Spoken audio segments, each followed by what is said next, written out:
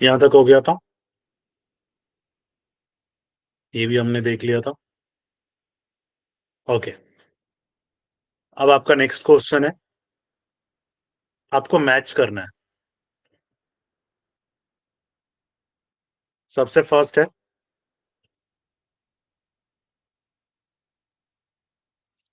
Extension, axial twist, flexion और axial stretch, जिसमें आपका फर्स्ट ऑप्शन है पादहस्तासन, ताड़ासन, उष्ट्रासन और अर्धमस्तेंद्रासन।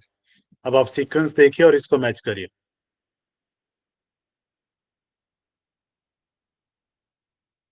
Sir fourth option. Fourth option. Fourth option. Sir fourth option. सभी फोर्थ ऑप्शन कह रहे हैं। जी sir, fourth option. Very good. Axial stretch में क्या अर्धमस्तेंद्रासन आएगा, स्ट्रेच आएगा, या ताड़ासन आएगा, या अर्धमस्तेंद्र आएगा? ताड़ासन आएगा सर। ताड़ासन। ताड़ासन। ताड़ासन आएगा। स्ट्रेच किसमें है? 2 के लिए 4 है, 2 के लिए 2 के लिए 4 एक ही ऑप्शन में है। देखिए 2 के लिए 4 दो ऑप्शन में, तो आपका थर्ड और फोर्थ तो कट हो गया। अब सी और डी देखिए। हाँ, ये लिमिटेड।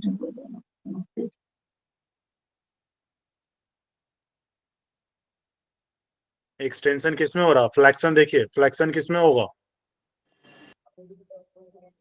फ्लेक्स किसमें हो रहा है? पादहस्तासन। में ही होगा। और एक्सटेंड किसमें हो रहा है? एक्सटेंशन किसमें हो रहा है? Camel pose, Ushtrasana.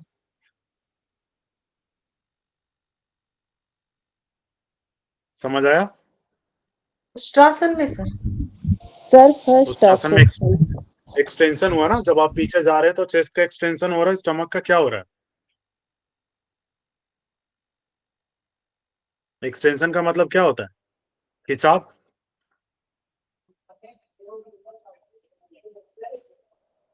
सर पेट पे प्रेशर पड़ रहा है ना। होगा सर, एक्सटेंशन तो सिर्फ ताड़ासन में होगा ना? एक्सटेंशन नहीं, वो एक्सियल स्ट्रेच है। एक्सियल के ऊपर, एक धुरी के ऊपर, एक पॉइंट के ऊपर स्ट्रेच करना, दैट इज एक्सियल स्ट्रेच। एक ही एक्सियल के ऊपर स्ट्रेच करना, तो वो ताड़ासन हो गया ना। Okay sir. नहीं समझ पा रहे हैं अभी भी? सर एक बार फिर से समझा दीजिए। सर एक बार फिर से समझा दें। फ्लैक्शन का मतलब होता है, देखिए फ्लैक्शन का मतलब क्या होता है? फोल्ड करना। कौन से आसन में फोल्ड कर रहे हैं? फोल्डिंग वाला आसन कौन सा है? पादहस्तासन। पादहस्तासन। एक्सटेंशन का मतलब होता है खिंचाव, पीछे की तरफ खिंचाव, बैक बेंडिंग। किसमें हुआ? उष्ट्रासन। उष्ट्रासन। उष्ट्रासन में। एक्सियल ट्विस्ट, एक ही जगह पे, बॉडी एक ही जगह है। जैसे आप क्या करते हो, कटी चक्रासन।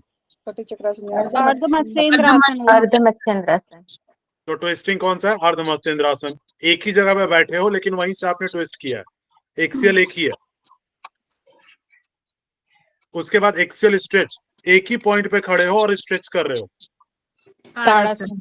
ताड़ासन। ताड़ासन। सर हिंदी में बताते तो फिर कर लेते। एक ही जगह, वहां से मूवमेंट नहीं हो रही है, सिर्फ स्ट्रेच हो रहा है। Yes sir. क्लियर हुआ सर? Clear हुआ? जैसे एक्सेल ट्विस्टिंग वैसे एक्सेल स्ट्रेचिंग। इस तरीके से समझना है आपको ना? Yes sir. यस, ठीक है। आसन इस तरीके से आएगा, सिर्फ आपको फ्लेक्शन एक्सटेंशन नहीं पढ़ना, आसनास भी। इसीलिए मैंने बोला था स्टार्टिंग में जब पढ़ा मतलब रहा था, आगे याद है? झुकने वाले आसन ना, जिसमें आगे की ओर झुकते हैं। हाँ जी, हाँ, फ्लेक्स करना। फ्लेक्स मतलब आगे। यस। और एक्सटेंड करना मतलब खींचना पीछे की तरफ। तो सर चक्रासन एक्सटेंशन। किसमें आएगा? एक्सटेंशन में। एक्सटेंशन। ओके। ठीक है, एक्सटेंड हो रहा है। उष्ट्रासन के जैसा ही तो चक्रासन भी है ना, दोनों बैक बेंडिंग के आसन है। Yes sir. Yes sir. Done हो गया। अब arrange the physiological steps of the digestive system in the sequence after the regular practice of dhauti kriya. इसमें आपको क्या करना है, सीक्वेंस लगाना है। अब देख लीजिए ऑप्शन, पहले डाइजेशन, इंजेशन, एसिमिलेशन, डिफेक्शन और एब्जॉर्प्शन। सबसे पहले क्या आएगा? Ingestion injection injection ingestion. और इंजेशन के बाद डी ऑप्शन नहीं, B C option, C option, assimilation Assimilation. इंजेशन के बाद डाइजेशन होगा या नहीं सर, एसिमिलेशन ए होगा? आएगा, बी के बाद ए आएगा, डाइजेशन शुरू हो जाता है मुंह से। डाइजेशन होगा। एसिमिलेशन तो स्वांगीकरण है ना, वो तो अलग हो गया एसिमिलेशन। सर सबसे पहले तो इंजेशन आएगा ना, इंजेशन के बाद डाइजेशन होना स्टार्ट होगा। डाइजेशन आएगा, फिर ingestion, digestion, absorption, absorption, Assimilation. Stimulation, then assimilation और फिर Defection. डिफेक्शन। फिर उसके बाद डी आएगा। क्लियर हुआ? ऑप्शन से बन बी जाता, ऑप्शन से बन जाता। तो स्वांगीकरण second. मतलब क्या होता है? स्वांगीकरण स्वांगीकरण होता है जो जैसे जो डिफेक्शन होने वाला है, जो बाहर निकलने वाला है, उससे पहले एसिमिलेशन होता है लार्ज इंटेस्टाइन में। ठीक है, ओके। क्लियर हुआ? जी, ऑब्जर्वेशन भी बोल सकते हैं ना सर इसको, एसिमिलेशन। सर एब्जॉर्प्शन वो से पहले एब्जॉर्प्शन होगा हो गया assimilation। स्मॉल इंटेस्टाइन में और एसिमिलेशन लार्ज इंटेस्टाइन में होता है। क्लियर हुआ? सर एक बार आप सिर्फ आप बोल के बता दीजिए, तो सब लोग साथ में बोल रहे थे। इंजेशन, सबसे पहले अंतःग्रहण करते हैं, माउथ से आपने लिया, दैट इज कॉल्ड इंजेशन। फिर नीचे गया डाइजेशन, पाचन की क्रिया शुरू हुई। उसके बाद क्या होगा, जो पाचन से जो भी आपके ऊर्जा निकली है वो एब्जॉर्प्शन होगा, एब्सोर्प्शन होगा उसका। उसके बाद जो बच गया वो लार्ज इंटेस्टाइन में जाएगा, उसका एसिमिलेशन होगा। और उसके बाद लास्ट में जो वेस्ट मटेरियल बच गया उसका डिफेक्शन होगा, निकाल दिया जाएगा शरीर से। क्लियर है? जी sir, thank you. Good, second option इसका करेक्ट था। कोई बात नहीं, आंसर नहीं देखेंगे, ठीक है, खुद से जवाब देने की कोशिश करेंगे। नीचे मैंने लिख दिया, A healthy individual is lifting his knee joint towards his chest, अर्ध पवन मुक्तासन। ठीक है, this movement is known as, इसको किस नाम से जानते हैं? फ्लेक्शन, एक्सटेंशन, ट्विस्टिंग या रोटेशन? फ्लेक्शन, फ्लेक्शन, बिल्कुल। क्या हो रहा है? आकुंचन हो रहा है ना? आकुंचन हो रहा है ना उसका। हाँ हाँ। क्लियर? बहुत सिंपल है ये भी दिसंबर का क्वेश्चन है। अब यहां देखिए, pivot joint occurs at a which place, किस पे होता है? Shoulder, hip joint, wrist joint या elbow joint? Elbow joint. Elbow. Sir pivot किस में होता है? एल्बो में। क्लियर है? एक जगह और होता है, कौन बताएंगे? शोल्डर में। शोल्डर में। शोल्डर नेक में। में कौन सा था? नेक में कौन सा था? नेक में सर, नेक में। नेक में पाइवोट। शोल्डर में तो वो वाला होता है ना, ball and socket. Ball and socket. हाँ हाँ ठीक है। सर थाई में। ठीक है, थाई, हिप रीजन में, हिप में भी बॉल एंड सॉकेट होता है। अगर एल्बो में हो रहा है तो एक जगह और कहाँ होगा? अब आप ही बताएंगे। नी में। नी में सर। बहुत बढ़िया, नी में। बहुत बढ़िया सरिता जी, पीयूष जी, वेरी गुड। क्योंकि दोनों जगह तो सेम प्रोसेस हो रहा है ना, एक ही तरफ, सिर्फ आगे। जिसको पीछे ले जाओगे टूट जाएगा, लेकिन रोटेट कर सकते हो आप। सर इनको कब्जे वाले जॉइंट बोलते हैं ना, जैसे दरवाजा वन साइडेड खुलता है कब्जा and then- संधि जिसको कहते हैं, एक तरफ खुलेगा दूसरी तरफ टूट जाएगा। यहाँ पे देखिए, which are the components found by the process of glycolysis, glycolysis के द्वारा जो सेल्स में होती हैं, उसमें से क्या प्राप्त होता है हमें? सर याद एक है? तो मैंने कुछ एटीपी, वर्ड्स याद बताया था। Yes, very good. ATP ATP आपने और पकड़ा। एक और ऑप्शन मैच करिए। डी, डी के साथ क्या है सर? एक ई, H2O, डी है और डीई है। बी सर, बी और डी। नहीं सर, डी और ई होगा, एटीपी एंड H2O। H2O तो नहीं हो सकता। H2O क्या होता है? वाटर नहीं होगा, वाटर नहीं होगा। तो वाटर सर कैसे बी और होगा? डी होगा। पावर यस, यही होगा क्योंकि सर। आप पायरुविक एसिड। H2O तो हो नहीं सकता, किसी कंडीशन में H2O नहीं हो सकता है। यस सर, अमीनो नहीं हो पायरुविक सकता, एसिड। पायरुविक एसिड होगा सर। तो पायरुविक एसिड होगा। सर एक बार और क्वेश्चन ये हमने दिखाना है। ATP और पायरुविक ग्लाइकोजन अम्ल सर पढ़ा था, याद है? कार्बोहाइड्रेट्स का, यस, चेंज हुआ था। कार्बोहाइड्रेट का ही इस ग्लाइकोजन। जी सर, याद आ गया? आ गया। चलिए, बहुत बढ़िया। अब ये 2022 में आया है, जून में। ये हार्मोन्स वाला मैंने अभी नहीं पढ़ा है, GFR नहीं पढ़ा है इसको, ये भी मैं अभी पढ़ा रहा हूँ। CHF से देखिए क्वेश्चन आया था, ठीक है। हाँ, ये देख लीजिए, निम्नलिखित में से कौन सी कर्ण अस्थियां हैं? सर ए दिसंबर ऑप्शन। 2021 का क्वेश्चन है। स्टेप्स। A option.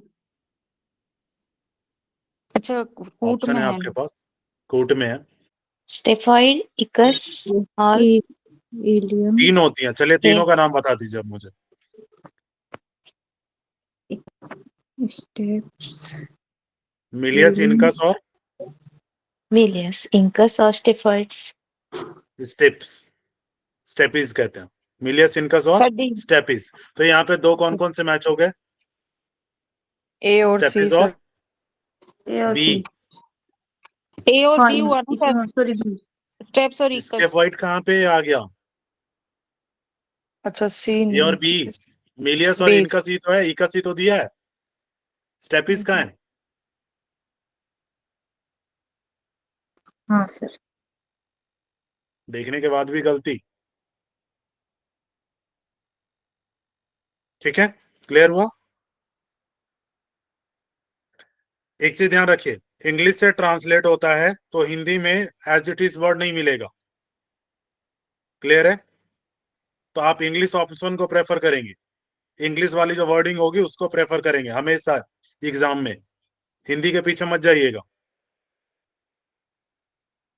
क्योंकि सर वो हिंदी लोग परफेक्ट इंग्लिश ट्रांसलेशन भी आपको नहीं मिलेगा। वो जैसे व्हाट्सएप पे लिखते हैं ना सर, उसी तरीके का ट्रांसलेशन हिंदी में मिलता बिल्कुल। है। तो और वो प्रेफर भी इंग्लिश को ही करेंगे, बाद में चैलेंज करेंगे, हिंदी को प्रेफर नहीं किया जाएगा। क्लियर है? अगर आपका इंग्लिश हिंदी की वजह से गलत होता है तो वो पहले ही लिखा होता है उनका। इसका देखिए, नेफ्रॉन से 2 बार क्वेश्चन आया है।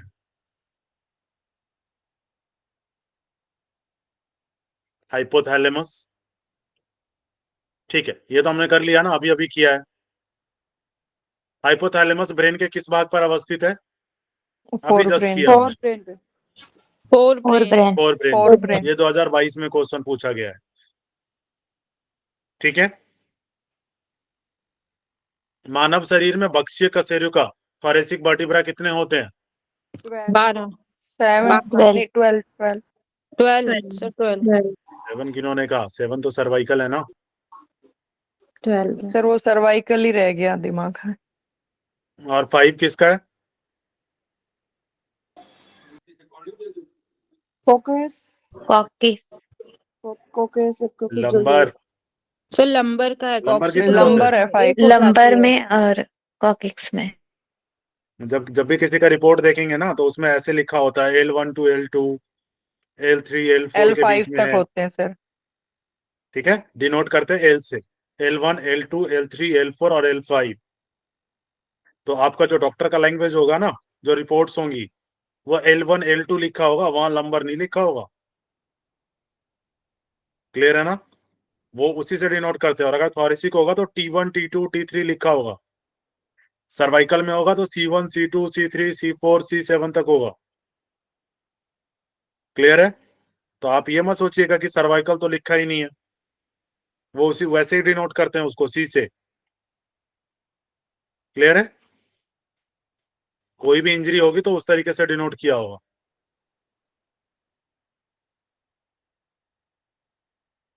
ये भी मैंने अभी ग्लैंड नहीं पढ़ाया आपको, तो ग्लैंड वाले में ओके। अब देखिए, इसमें थोड़ा सा एक डीप क्वेश्चन दिया था, in human body the fourth cranial nerve, fourth cranial nerve कौन सी है? ये थोड़ा सा टफ क्वेश्चन था, क्योंकि सीक्वेंस में याद करना इतना इजी नहीं है नाम सारे, है ना। ये नर्व अभी हम देख लेंगे, ठीक है। मैं नर्व आपको 12 नर्व पढ़ा दूंगा, जो 12 निकलती हैं, उसके बाद इसको देखेंगे। ओके, यहाँ मैच करिए। निम्नलिखित अस्थियों को उनकी अवस्थिति के अनुसार सुमेलित करें।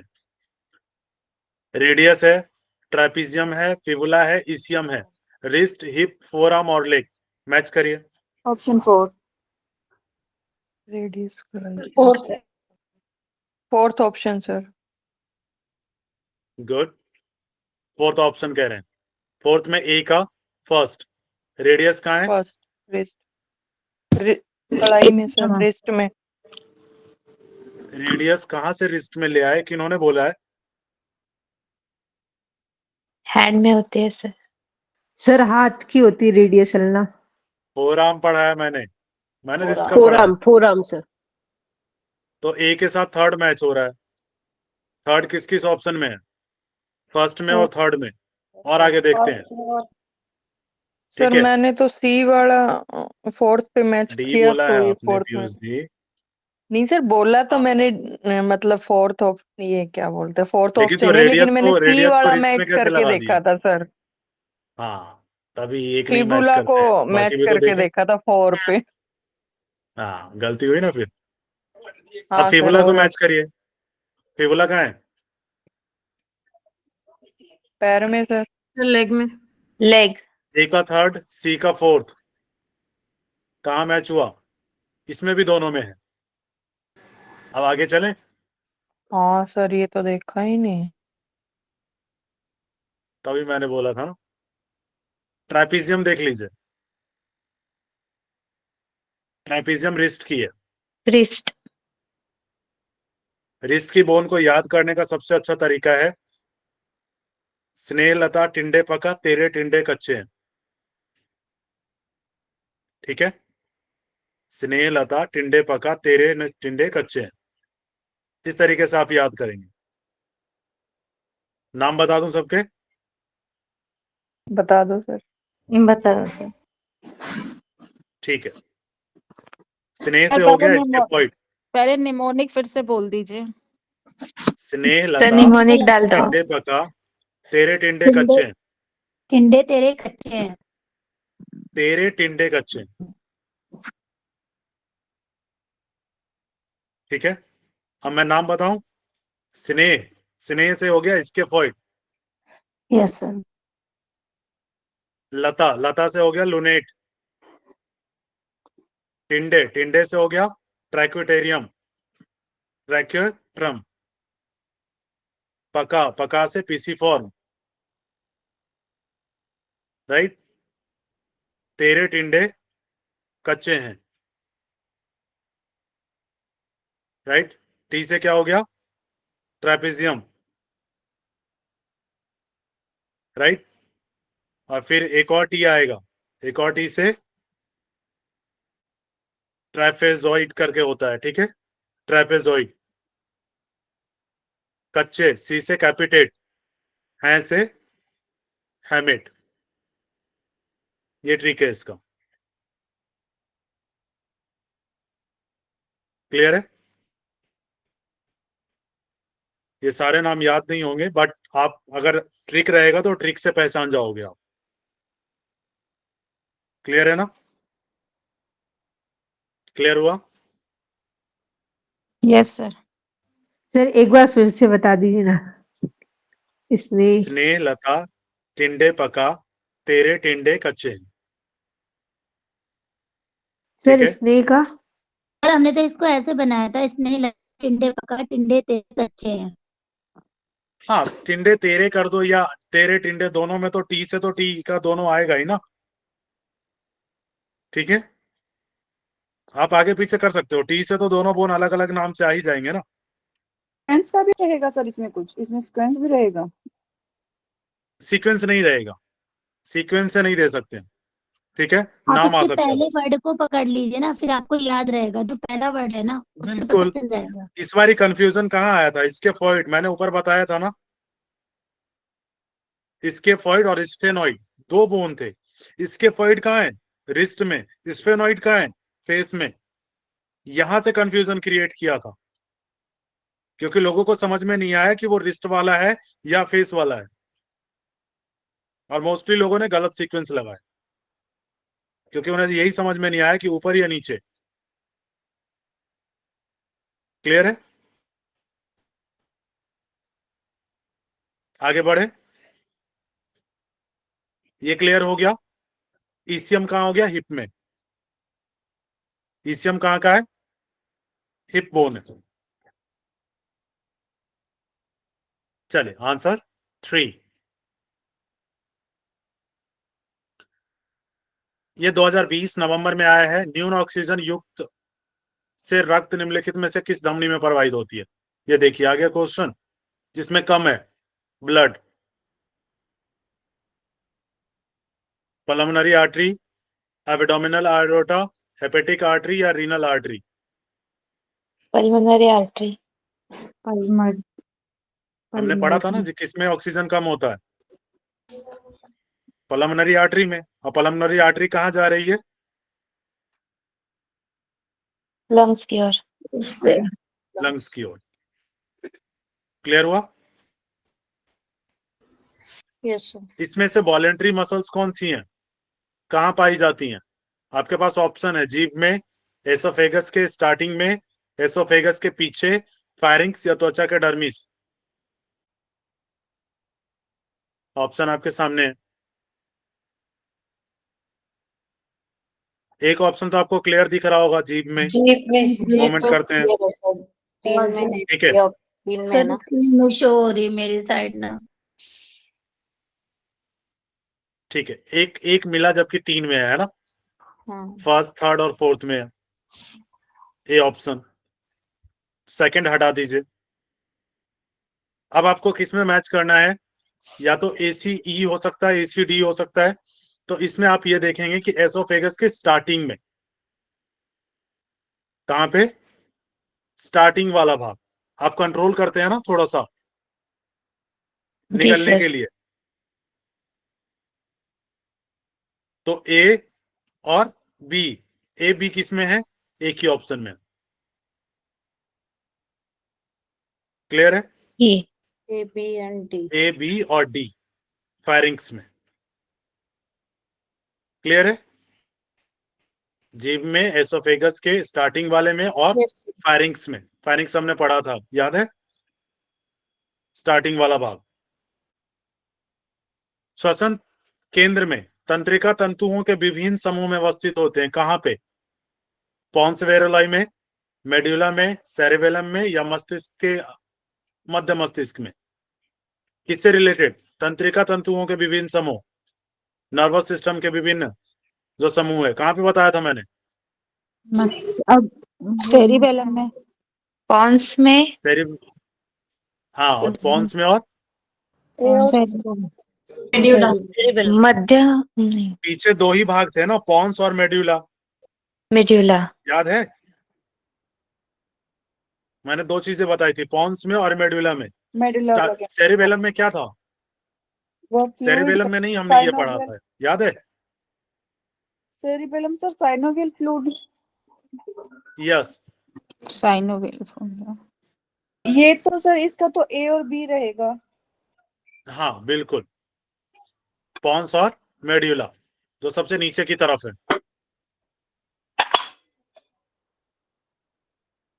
ये इतने क्वेश्चंस थे, बाकी बहुत, ये 2020 तक जो क्वेश्चंस आए हैं रिलेटेड, अभी इन्हीं में से आते हैं। बाकी हम आगे देखेंगे जो क्वेश्चन छूट गए, एक तो ग्लैंड वाले और बाकी जो न्यूरॉन्स से रिलेटेड है और आपका उससे एक्सक्रिएटरी से।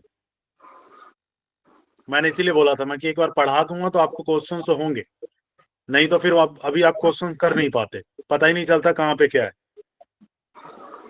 सर एक रिक्वेस्ट थी, जो आसन वाले हैं ना, हाँ जी। वो वाले और डाल देते तो थोड़ी प्रैक्टिस हो जाती। कौन से वाले?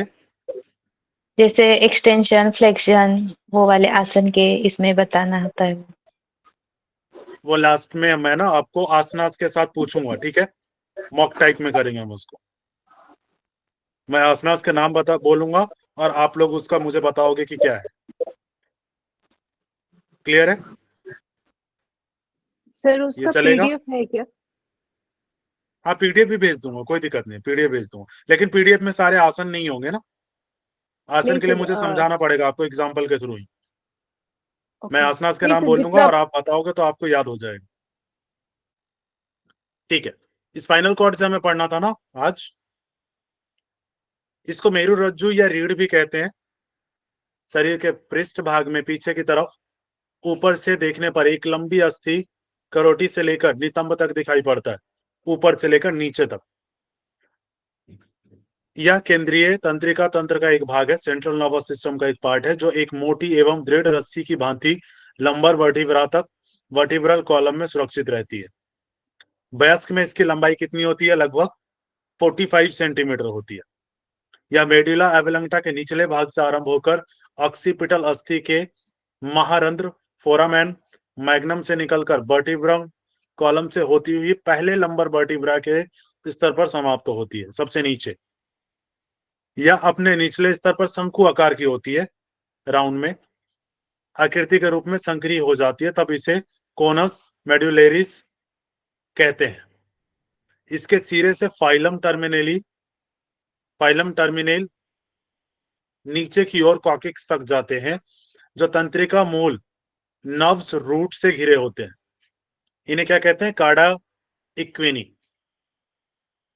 राइट। मोस्टली ये क्या होता है? तंत्रिका नर्व जो रूट होती है उससे ये घिरी रहती है नीचे की तरफ पूरा। स्पाइनल कॉर्ड की संपूर्ण लंबाई से स्पाइनल तंत्रिकाओं के जोड़े निकलते हैं, राइट। स्पाइनल के क्या होते हैं? तंत्रिका जो नर्व्स होती हैं उसके जोड़े निकलते हैं। या मोटाई में कुछ भिन्नता लिए रहती हैं, डिफरेंट इसके मोटाई जो होती है वो अलग अलग होती है। सर्वाइकल एवं लंबर क्षेत्रों में या अन्य भागों की अपेक्षा अधिक मोटी हो जाती है, राइट। लंबर और सर्वाइकल में क्या होती है? काफी मोटी होती हैं, जहां से यह हाथ पैरों को अत्यधिक तंत्रिका संपूर्ति करती है, साइड वेज में निकलती है, पेयर में, राइट। स्पाइनल तंत्रिकाएं नर्व्स लंबर फोरामेन एवं सैकल फोरामेन से होती हुई वर्टिब्रल कैनाल से बाहर निकलती है। वर्टिब्रा के जो कैनाल होती है ना, उससे बाहर की तरफ बोथ साइड क्रॉस होती है। स्पाइनल कॉर्ड में पीछे एवं सामने की ओर गहरी दरार फिसर रहती है, जिससे यह प्रमस्तिष्क की भांति दाएं एवं बाएं भाग के रूप में पूर्णतः विभाजित हो जाती है। बीच में हल्का हल्का स्पेस होता है, जिससे क्या होता है? दोनों साइड पैरों की तरफ और हाथों की तरफ मूव कर जाती है, दोनों साइड निकल जाती है। न्यूरॉन क्या है? मस्तिष्क और रीढ़ की हड्डी में पाए जाने वाले विशेष कोशिकाएं, सेल है, किसमें? ब्रेन और स्पाइनल कॉर्ड में, जो जानकारी को क्या करते हैं? एक स्थान से दूसरे स्थान तक पहुंचाने का काम करती है। न्यूरॉन का काम क्या है? मैसेज को ले जाना, ठीक है, एक स्थान से दूसरे स्थान तक पहुंचाना। न्यूरॉन के मुख्य भाग क्या क्या होते हैं? सबसे पहले डेंड्राइट्स। डेंड्राइट्स क्या है? ये न्यूरॉन के शरीर से निकलने वाली शाखाएं हैं, जो अन्य न्यूरॉन से संकेत प्राप्त करती हैं। डेंड्राइट्स क्या है? ये कहां से निकलती हैं? शरीर से निकलने वाली शाखाएं, जो अन्य न्यूरॉन से संकेत प्राप्त करती हैं, दूसरे न्यूरॉन से संकेत प्राप्त करने का काम करती हैं। आगे मैं इमेज दिखाऊंगा आपको किस तरीके से करती है। सेल बॉडी क्या है? यह न्यूरॉन का केंद्रीय भाग है। जो न्यूरॉन्स है ना, न्यूरॉन सेल है, उसका सेंटर पार्ट है सेल बॉडी, जहां कोशिका के अंग और जीनोम स्थित रहते हैं। कोशिका के जो विभिन्न डिफरेंट पार्ट्स हैं, अंग हैं, वो होते हैं। एक्सॉन का काम क्या है? यह न्यूरॉन का लंबा और पतला भाग है, जो संकेतों को दूसरे न्यूरॉन या मांसपेशियों तक पहुंचाता है। क्लियर है? डेंड्राइट्स प्राप्त कर रही हैं और एक्सॉन क्या कर रहा है? न्यूरॉन्स या मांसपेशियों तक पहुंचाने का काम कर रहा है। क्लियर है? एक्सॉन पहुंचाने का काम कर रहा है और डेंड्राइट्स क्या कर रहा है? संकेत प्राप्त करने का काम कर रहा है, रिसीव कर रहा है इंफॉर्मेशन को। क्लियर हुआ? इससे क्वेश्चन ऐसे ही आता है। रिसीव करने का काम कौन करता है? डेंड्राइट्स, वहां ऑप्शन दे दिए जाएंगे आपको। और पहुंचाने का काम कौन कर रहा है? मैसेजेस को और मसल्स तक? न्यूरॉन्स।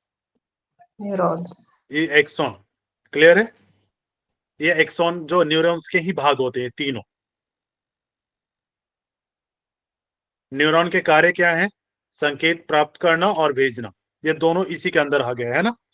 डेंड्रॉइड और एक्सॉन दोनों किसके भाग हैं? न्यूरॉन के। तो न्यूरॉन का काम क्या हो गया?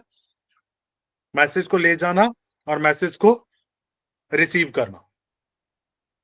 क्लियर? Yes sir. जानकारी को संग्रहित करना, स्टोर करने का काम भी न्यूरॉन का है। मांसपेशियों को नियंत्रित करना, कंट्रोल करना, ये भी न्यूरॉन करता है।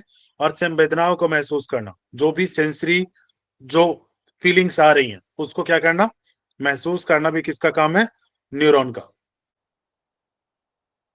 क्लियर है? अंजलि जी, भारती जी, सरिता जी, तो हम सब करेंगे। चले, ठीक है। न्यूरॉन के प्रकार कितने होते हैं? एक तो होता है मोटर न्यूरॉन, दूसरा सेंसरी न्यूरॉन और तीसरा इंटर न्यूरॉन। मोटर न्यूरॉन का काम क्या है? मांसपेशियों को नियंत्रित करना। मोटर न्यूरॉन क्या करता है? मांसपेशियों को कंट्रोल करता है। सेंसरी, संवेदनाओं को कंट्रोल करना, संवेदनाओं को महसूस करना। कोई भी सेंसरी अगर आपको फीलिंग आ रही है उसको महसूस करने का काम सेंसरी न्यूरॉन का है। इंटर न्यूरॉन क्या करता है? और अन्य न्यूरॉन जो अलग अलग न्यूरॉन्स हैं के बीच संकेतों को भेजते हैं या जानकारी आपके लिए उपयोगी, ये राइट, ये चीजें क्या होंगी? ये संकेतों को भेजने का काम करती। अब देखिए, ये न्यूरॉन की संरचना है। न्यूरॉन क्या है? Cell body. सेल जो होता है ना, एक न्यूरॉन जो नर्वस सिस्टम का एक सेल है, यूनिट। अगर आप उसको जूम करें तो कुछ इस तरीके का दिखेगा। क्लियर है? अब यहां पे देखिए, डेंड्रॉइड दूसरे सेल से, दूसरे न्यूरॉन से कनेक्ट होने का काम कहां से होता है? डेंड्रॉइड से। डेंड्रॉइड दिख रहा है आगे, ये वाला हिस्सा, ये वाला, ये दिखा डेंड्रॉइड। अगर जैसे दूसरे न्यूरॉन से अगर कुछ ग्रहण करना हो ना, या दूसरे न्यूरॉन तक भेजना हो, तो उसको कौन करेगा? डेंड्रॉइड। डेंड्रॉइड। सामने वाले डेंड्रॉइड ने भेजा और इसने क्या किया? उसको रिसीव कर लिया। अब बीच में होता है सेल बॉडी, ये बीच में है, सेंटर में। इसके आगे जब जाइएगा तो एक्सॉन है। एक्सॉन जिसको तार हम कहते हैं ना, आप तार कह सकते हैं, तार के बीच में से ही करंट पास होता है ना, तो एक्सॉन क्या है? वो एक तार है जिससे इंफॉर्मेशन आगे पास हो रही है। क्लियर है? उसके आगे देखिए माइलिन सेथ, जिसको जंक्शन कहते हैं, राइट। माइलिन क्या है? उसके ऊपर एक लेयर बनी होती है प्रोटीन की, जो कि उसको आगे की तरफ बढ़ाती है। उसके बाद लास्ट में देखिए एक्सॉन टर्मिनल। एक्सॉन का काम क्या था? बाहर याद करिए ऊपर। निकालना, बाहर निकालना, इंफॉर्मेशन को बाहर निकालना। संकेत को कहां पहुंचाना? न्यूरॉन से मांसपेशियों तक। मस्त, या क्लियर हुआ? और डेंड्रॉइड्स क्या कर रहा था? अन्य न्यूरॉन से संकेत प्राप्त कर रहा था, रिसीव कर रहा था। ले रहा। और ये किसके थ्रू होता है? ये देखिए, न्यूरोट्रांसमीटर्स। क्लियर है? डेंड्रॉइड के अंत में क्या लगा होता है? न्यूरोट्रांसमीटर्स होते हैं जो एक जगह से दूसरी जगह उसको ट्रांसफर कर देते हैं। क्लियर हुआ? और यहां लैक होने का मतलब क्या है? इंफॉर्मेशन लेट पहुंचना या तो पहुंचना ही नहीं। क्लियर हुआ? यस या no? Yes sir. Yes sir. Okay, good. Spinal cord में क्या होती है? संवेदी तंत्रिका पथ या अविवाही या आरोही, जिसको क्या कहते हैं? Sensory nerve track. Spinal cord में क्या होता है? सेंसरी नर्व ट्रैक, एफरेंट और ascending in the spinal cord. Spinal cord में कौन कौन सी होती है? एक एफरेंट होती है और एक एसेंडिंग। स्पाइनल कॉर्ड के माध्यम से क्या होता है? मस्तिष्क में संवेदन मुख्यतः दो स्रोतों से। कौन कौन सी है? एक तो त्वचा और दूसरी टेंडन्स, स्किन से। राइट। एक स्किन और दूसरी टेंडन्स, पेशियों एवं संधियों से पहुंचते हैं। कहां कहां से पहुंचते हैं मस्तिष्क में? एक तो टेंडन्स हो गया और दूसरा स्किन से, राइट।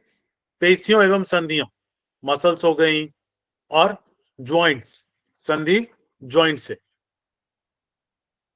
इंफॉर्मेशन पहुंचती है। त्वचा में विद्यमान संवेदी रिसेप्टर्स या तंत्रिका तंत्र, नर्व एंडिंग, जो किसमें, त्वचा में क्या होती है? एक तो संवेदी रिसेप्टर्स होते हैं, संवेदी मतलब सेंसरी, सेंसरी रिसेप्टर्स होते हैं, या क्या होते हैं? तंत्रिका नर्व्स की एंडिंग होती है, को कुटिनियस रिसेप्टर्स कहा जाता है। जो एंडिंग होती है उसे क्या कहा जाता है? कुटिनियस रिसेप्टर्स।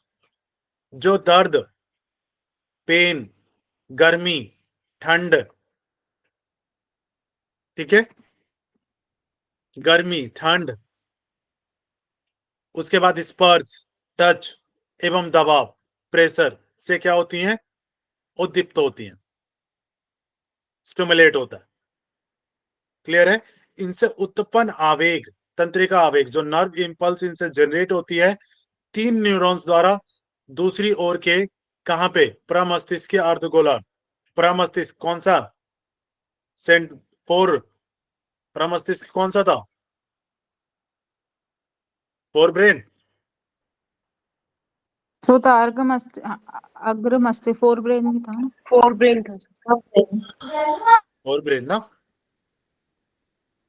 प्रमस्तिष्क फोर ब्रेन ही तो हुआ। जी सर। ठीक है, आगे वाला प्रा का मतलब क्या होता है? आगे का,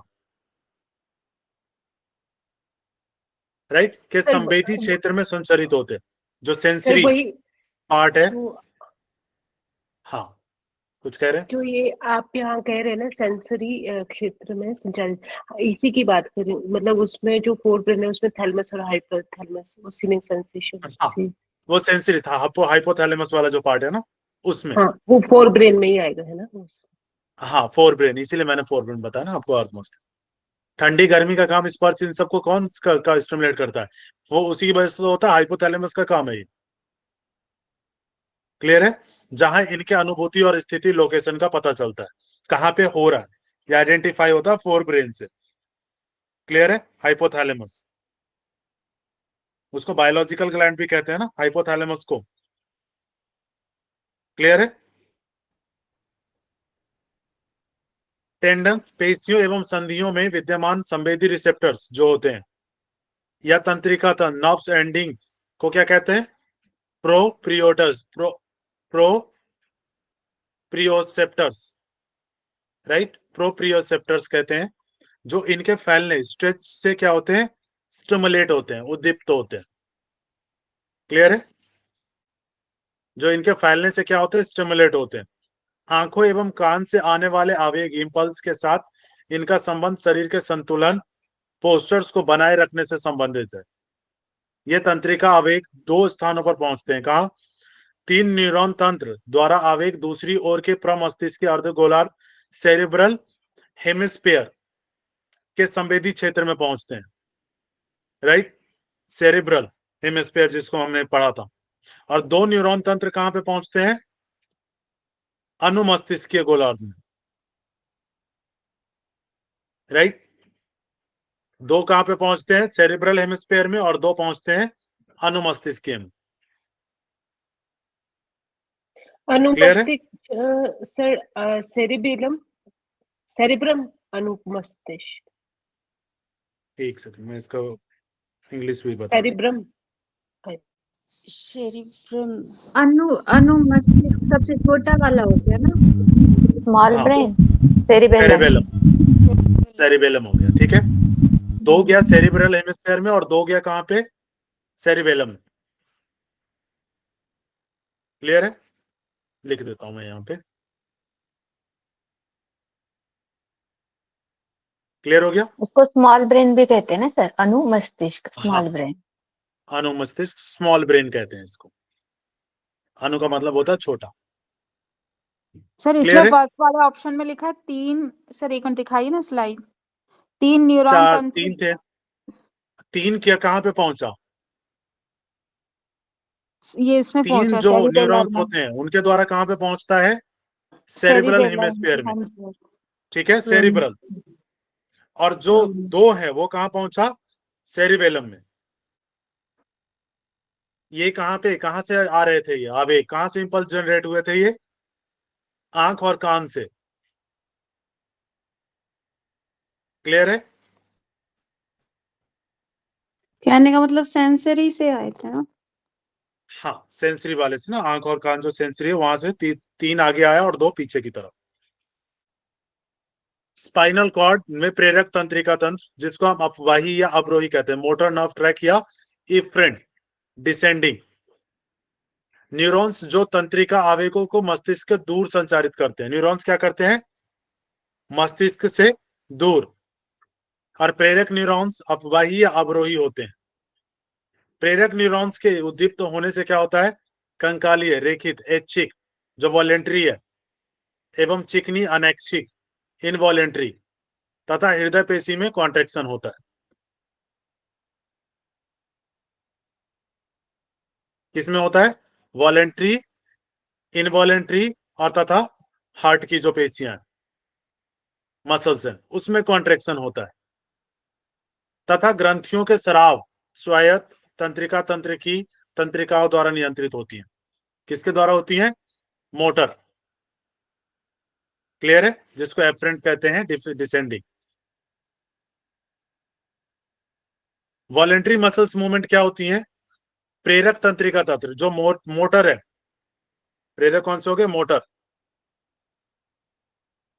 तंत्रिका आवेग प्रमस्तिष्क से, फोर ब्रेन से स्पाइनल कॉर्ड के तंत्रिका तंत्रियों की बंडल्स ऑफ नर्व फाइबर्स से होकर शरीर की ऐच्छिक वॉलेंट्री मसल्स में संचारित होती है। कहां से हुआ? फोर ब्रेन से। स्पाइनल कॉर्ड के जो आपके नर्व्स हैं उसमें से होता हुआ, नर्व फाइबर से होता हुआ कहां गया? वॉलेंट्री मसल्स में, जिनमें संकुचन होता है, जिसमें क्या करते हैं, जिससे आप क्या करते हैं? कॉन्ट्रैक्शन कहते हैं। और संधियों में गति होती है, जो जॉइंट्स हैं उसमें क्या होता है? मोमेंट होता है। यह मनुष्य की इच्छा पर निर्भर करती है। ये जब आप करना चाहेंगे तब कर सकते हैं। यद्यपि कुछ तंत्रिका आवेग जिनके कंकालियों पेशियों में संकुचन होता है वे मध्य मस्तिष्क, मिड ब्रेन, राइट, या ब्रेन स्टेम तथा अनुमस्तिष्क सेरेबेलम में उत्पन्न होते हैं। राइट?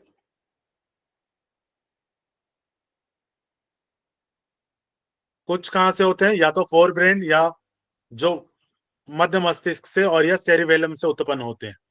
इस तरह की अनैच्छिक क्रिया पेशी क्रियाशीलता के समन्वय के साथ संबंध होती है। जैसे जब अत्यंत हल्की सी गति की आवश्यकता होती है तथा शरीर की मुद्रा एवं संतुलन को बनाए रखने की आवश्यकता होती है, तो इन पर इच्छा का नियंत्रण नहीं होता है। राइट? जब हल्की सी गति की आवश्यकता होती है, मुद्रा संतुलन को स्थिर बनाए रखने की होती है ना, तो कई बार क्या होता है? इच्छा का नियंत्रण नहीं होता इस पर। कई बार आप नियंत्रण नहीं कर पाते। राइट? तो ये क्या होता है? अपने आप से होता है। इसको यहीं तक रखते हैं क्योंकि ये लंबा चैप्टर है, इसको कल खत्म कर पाएंगे हम लोग। क्लियर है ना? फिर सर का टाइम हमें लेना पड़ेगा, तो वो बेटर नहीं है। सर ये अनुमस्तिष्क क्या है? इंग्लिश में बताएंगे आप? अनुमस्तिष्क cerebellum, cerebellum okay. Hind brain में ना सेरेबेलम, हाँ जी, मैंने लिख दिया उसमें ना, सेरेबेलम मैंने लिख दिया उसमें। ठीक है? सेरेब्रम, सेरेबेलम और मिड ब्रेन, इस तरीके से फोर ब्रेन, मिड ब्रेन और हिंड ब्रेन, इस तरीके से याद रखें। क्लियर हो गया यहां तक? आगे कल हम इसको फिनिश करेंगे। ये इंपॉर्टेंट भी है क्योंकि यहाँ से क्वेश्चंस बहुत ज्यादा बनते हैं, तो इसीलिए मैंने इसको डिटेल में रखा है। बाकी आगे के चैप्टर्स फिर ग्लैंड वाला थोड़ा डिटेल में होगा और बाकी फिर ज्यादा डिटेल नहीं होगा। फिर हम वही उसी मेन पॉइंट्स हम पढ़ेंगे। ठीक है? समझ आ रहा है या नहीं आ रहा है? ज्यादा दिक्कत तो नहीं हो रही? सर पैंक्रियास का जो डिटेल है वो ग्लैंड में आएगा क्या? वो हम ग्लैंड्स में पढ़ेंगे, पैनक्रियाज पूरा डिटेल में ओके ग्लैंड्स में पढ़ेंगे। Okay sir. ग्लैंड्स में हम सारे डिटेल में पढ़ेंगे, जितने भी ग्लैंड्स है, 9 ग्लैंड्स है, उसको सबको डिटेल में, कौन से हार्मोन से क्रिएट हो रहे हैं, ठीक है, मेन हार्मोन से क्वेश्चंस आते हैं, क्या कंट्रोल कर रहा है, ये सारी चीजें।